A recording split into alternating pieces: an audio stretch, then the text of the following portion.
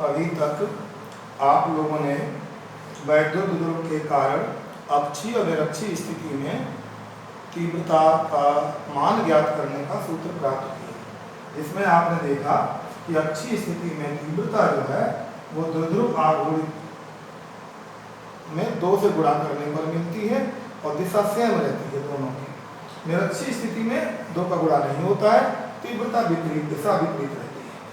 अब इसी आधार पर हम बात करते हैं कि न अक्षीय स्थिति में बिंदु है न निरक्षीय है। मान लेते हैं किसी कोण थीटा पर वो बिंदु है, आर दूरी पर वो बिंदु है, तब हम तीव्रता कैसे ज्ञात करें? तो हम मान लेते हैं यहाँ पर कि माना वैद्युत ध्रुव जो है उसका आघूर्ण P है और उसके मध्य बिंदु C से थीटा कोण बनाते हुए आर दूरी पर बिंदु P है। यहाँ तीव्रता निकालनी है तो हम द्विध्रुव AB को इस तरह वियोजित करें कि एक बार तो ये इस C और P को मिलाने वाली रेखा के अनुदिश आ जाए, जिसे क्षैतिज घटक कहेंगे, और वो मान लेते हैं हम AX और BX होगा, वो बिंदु हमारा BX होगा। ठीक, और दूसरा जो मान है, दूसरा घटक जो है इसके लंबवत होगा, वो हमने मान लिया AY और BY होगा। अब P जो है ना, इसको भी वियोजित करेंगे तो क्षैतिज दिशा में इसके घटक को हमने PX कह दिया, तो PX बराबर P cos थीटा हो जाएगा और इसके अनुदिश ये अक्षीय स्थिति में होगा तो हमारा सूत्र अक्षीय का लगेगा, पर यहाँ P के जगह पर क्या रखेंगे हम? P cos थीटा रख लेंगे।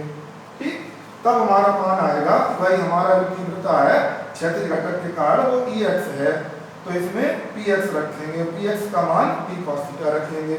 दिशा किधर होगी? उसी लाइन के अनुदिश हो जाएगी, उसी दिशा में हो जाएगी, यानी C की दिशा में हो जाएगी तीव्रता की दिशा। अब लेते हैं लंबवत घटक जो था, उसकी दिशा में हमने द्विध्रुव आघूर्ण का घटक माना है PY और PY का मान कितना है? P sin थीटा होगा। तो सूत्र कौन सा लगना है इसके लिए? निरक्ष का, क्योंकि जब लंबवत घटक लेंगे तो मिलाने वाली रेखा के साथ 90 अंश का कोण बना रहा है, तो इसलिए अब हमने निरक्षी का सूत्र लगाया, यहाँ पर PY रखा निरक्षी के सूत्र में और PY का मान P sin थीटा रख लिया।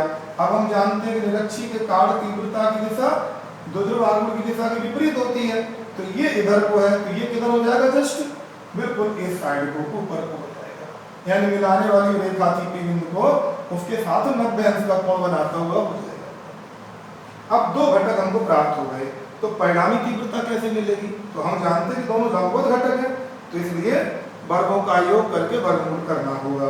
हमने समीकरण 1 और 2 से मान रख दिए, इनको जब मान रख के हल करेंगे तो हम देखेंगे कि इसमें वर्ग के बाद कुछ कॉमन हो जाएगा, तो वो होगा 1/4 पाई एप्सिलॉन 0 के P/r⁴ अंडर रूट में बच जाएगा 4 cos square theta plus sin square theta. हम जानते हैं कि sin square theta plus cos square theta equal to 1 होता है, तो इसमें से एक cos स्क्वायर थीटा निकाल दिया, इसको 1 बना दिया, तो यहाँ 3 बचेंगे।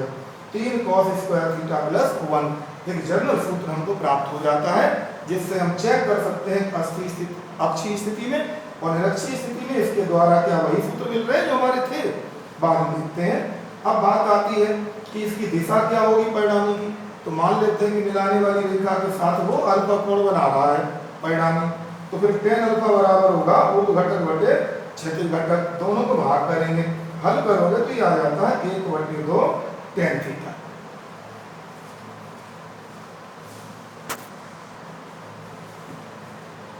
अब देखिए ये मानकर चलते हैं कि इस सूत्र में हम अक्षीय की कंडीशन ले लेते हैं, इसलिए फर्स्ट ले लेते हैं। अगर मान लीजिए बिंदु P अक्ष पर होता तो थीटा का मान 0 अंश होता और 0 अंश होता तो cos 0 का मान 1 हो जाता। तो अब हम सूत्र में जब मान रखेंगे समीकरण 3 में, तो इसका मान 1 का वर्ग 1 और 3 एकम 3 और 1 4, 4 का वर्गमूल 2, तो सूत्र 2P/r³ आ जाएगा जो कि अक्षीय के लिए था। अब कोण देखें तो tan अल्फा बराबर 1/2 tan थीटा, थीटा का मान 0, tan 0 का मान भी 0, पूरा कोण 0 आया था, अल्फा का मान भी 0 आ गया, अर्थात जो परिणामी है उसकी दिशा वही होगी जो द्विध्रुव आघूर्ण P की थी।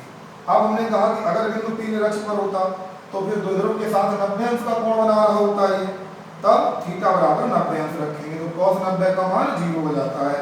समीकरण 3 में मान रखेंगे तो आप देखेंगे कि ये 0 गुणा 3 बराबर 0, 1 का वर्गमूल 1, अतः सूत्र मिला P बराबर 1/2 4 पाई एप्सिलॉन 0 के P/R की घात 3। वही सूत्र आ गया जो मीनाक्षी के लिए था। इस प्रकार हमारा ये पाठ का पूरा हो जाता है। और आगे हम पहले अब आपसे कुछ टेस्ट लेंगे और उसके बाद फिर अगले खंड गॉस प्रमेय पे बात करेंगे।